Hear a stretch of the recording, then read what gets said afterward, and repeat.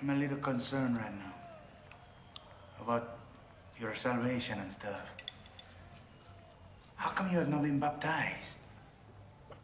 Because I never got around to it, okay?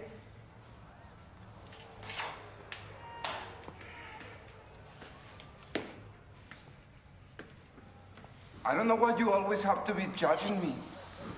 Because I only believe in science.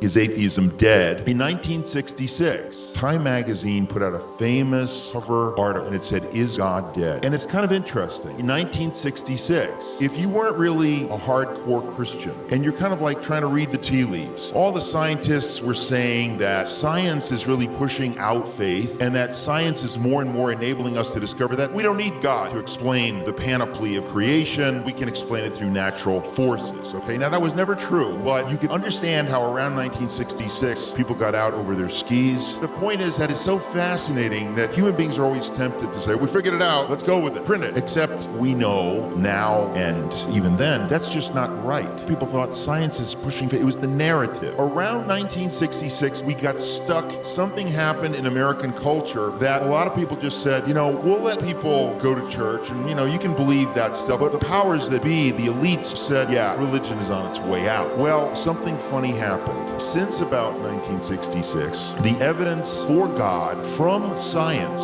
has been piling up steadily,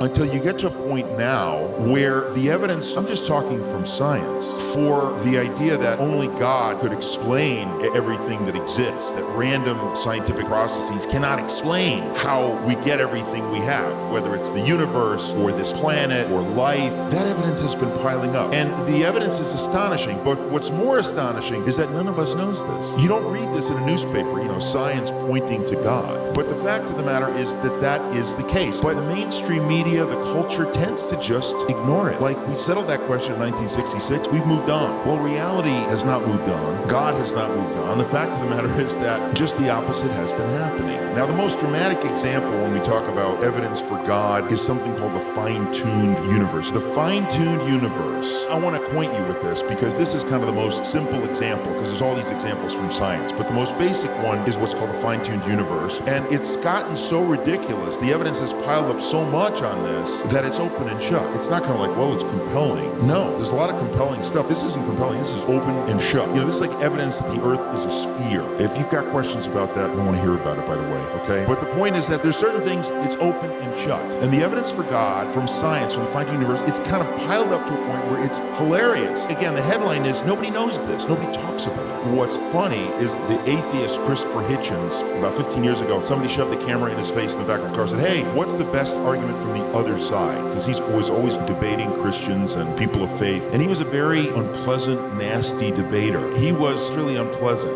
There's certain people that they don't seem like they're interested in truth. They seem like they're interested in ripping your head off and dancing on your grave. But in a rare moment of candor and generosity, he said, the fine-tuned argument. He actually answered honestly and said, yeah, if somebody asked him, what's the best argument for the God side? He said, the fine-tuned argument. And he said, it is the idea that if things, as science examines something, they notice that, gee, if we're just a tiny bit this way or a tiny bit this way, life couldn't exist. So he was even moved by that and said it out loud. And he said, and I suspect that most people on my side, on the atheist side, would agree with that. That one takes a bit working out. Now, by saying it takes a bit working out means we're stumped. There is no answer to it. We don't like it. So we will say things like it takes a bit working out. Yeah, there's no working it out. God has designed everything brilliantly, perfectly, accurately. There's no other explanation except that's called a miracle. God is alive and he does miracles. The miracle of creation. When you start studying the fine-tuned universe, you start studying wherever you look, you start saying, this is so exquisitely, perfectly designed that it's an argument for God that's just breathtaking. God's true name is recorded within our DNA. So let me go ahead and explain. Our chains of DNA contain 4 nucleotide base pairs called adenine, guanine, thymine, and cytosine. And then there's a unit within the DNA strand called a sulfuric bridge. This sulfuric bridge holds our entire DNA strand together, and it only appears after every 10 nucleic acids have been laid down, and then after every 5 nucleic acids, and then after every 6, and then again after every 5 nucleic acids. So we get this repeating numerical value of 10, 5, 6, 5 within our DNA strand. Well, it turns out the biblical name of God, Yahweh, contains the same numerical value as our DNA strand. Yod He Vav He, 10, 5, 6, 5. What's even more interesting is that if you take the Hebrew name of God, Yahweh, and place it on its side, you get the image of a human being. Many people were wondering what God made the language of DNA. Well, it's signed by the biblical God Yahweh. Your DNA is a right-handed double helix made up of these 4 things right here. And the helix is held together by sulfuric bonds that appear after every 10 pairs of nucleotides, every 5 pairs of nucleotides, every 6 pairs of nucleotides, and again, every 5 pairs of nucleotides. 10, 5, 6, 5, 10, 5, 6, 5, or in the Hebrew alphabet, Yod He Vav He, the signature of your creator, the signature of an artist under his painting, if you will. Gotta say God bless you.